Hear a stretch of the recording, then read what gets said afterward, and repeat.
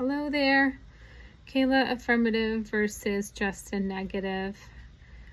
Justin, thank you for your thoughtful concerns. However, I believe many of your points, while valid intent, either overlooked critical facts or failed to address the deeper systemic issues our current healthcare model creates.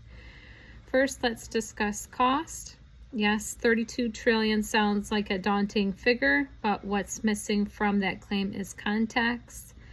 According to the Centers for Medicare and Medicaid Services, the United States is already projected to spend over 50 trillion on healthcare in the next decade under our current model. That includes high administrative costs, inflated prices for medications, and out-of-pocket expenses that bankrupt families. As Dr. Ed Weisbert in 2012 explains, a single-payer system could reduce costs by eliminating redundant billing systems and negotiating fair pricing, something Justin's argument didn't address.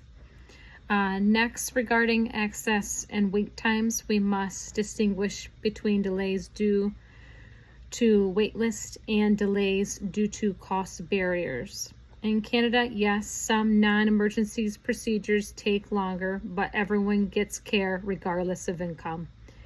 In the United States, people delay or forego care because they can't afford it. Not because of scheduling, but because they're uninsured or underinsured. 30 million Americans still lack coverage, and many more are one diagnosis away from medical debt. That is not timely care, that is inaccessible care. Justin also claimed that universal health care would result in provider shortages due to lower pay, but evidence from nations with universal systems show that doctors still practice, often with higher job satisfaction due to reduced paperwork, simpler billing, and more time with patients. Burnout is already happening in the United States under our current system, so blaming universal care for that risk ignores the reality on the ground. Most critically, Justin did not address the racial and economic disparities I raised. According to Perry in 2021, marginalized communities were disproportionately underinsured during the COVID-19 pandemic. They suffered higher mortality and death, not because of universal care, but because of the lack of it. The universal model ensures that no one is left behind because of income, race, or employment status.